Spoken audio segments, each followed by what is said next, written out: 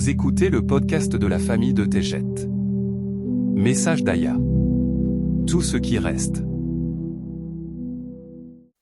Ami bien-aimé de mon cœur, je suis une âme des Pléiades qui a voyagé loin pour être avec vous. Pour certains, ceci est la vérité, car vous vous souvenez qui je suis. Pour d'autres, ceci est absurde et impossible à savoir. Mais je vous adresse ces paroles avec amour et je demeure à votre service en tant qu'être éveillé. Je suis Judith dans cette histoire créée.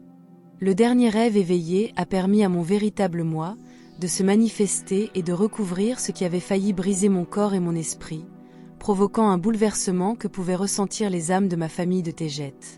Mon seul but est de vous guider vers la paix, de vous aider à réaliser vos espoirs dans votre propre histoire et à vous souvenir de qui vous êtes vraiment.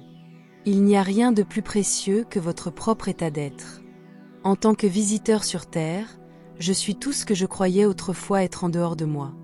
Comment aurait-il été possible de survivre au sein d'une famille, marquée par la dépendance, les abus graves et la pauvreté, où régnait la faim et le manque du strict nécessaire? J'ai reçu l'aide divine, et l'amour m'a relevé à chaque fois que je tombais. Je réalise aujourd'hui que je n'ai jamais été seule. Il y avait toujours quelqu'un pour me donner suffisamment, pour tenir un jour de plus. J'ai fini par comprendre profondément que l'amour était la seule réponse à un monde souffrant, qui commence par faire souffrir les gens. Le désir d'aider autrui m'anime. Je suis devenue infirmière, épouse, mère et amie. Ce sont des rôles qui nourrissent l'âme. C'est pourquoi de nombreux rôles ne perdurent pas, car tous les êtres humains sont des âmes. Nous tirons des leçons et avançons sur notre chemin. J'ai appris la plupart des leçons à la dure, à travers le prisme du traumatisme, de la peur et de la honte.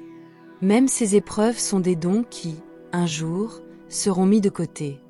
Aujourd'hui, mon point de vue est lumière et amour, que je peux offrir à travers mon être. Je vous aime tellement. Vraiment. En réfléchissant à votre histoire en ce moment, vous pourriez clairement identifier de nombreux bienfaits. Il pourrait s'agir de vos enfants, de votre partenaire, d'une belle maison et d'une cuisine délicieuse. Vous jouissez peut-être d'une bonne santé et de nombreux amis. Mais êtes-vous prêt à considérer les épreuves et les obstacles comme des dons? Tout est là pour vous servir. Je peux vous dire en toute sincérité que rien n'est en vain. Trouvez la leçon à tirer de chaque chose et le don vous sera offert. Lorsque la vie vous brise le cœur, vous vous trouvez vous-même. Vous êtes alors prêt à devenir fort et beau. Vous êtes alors prêt à aider autrui en leur rappelant la beauté de leur propre être. Vivre un grand chagrin ne fait que vous permettre de choisir une nouvelle voie.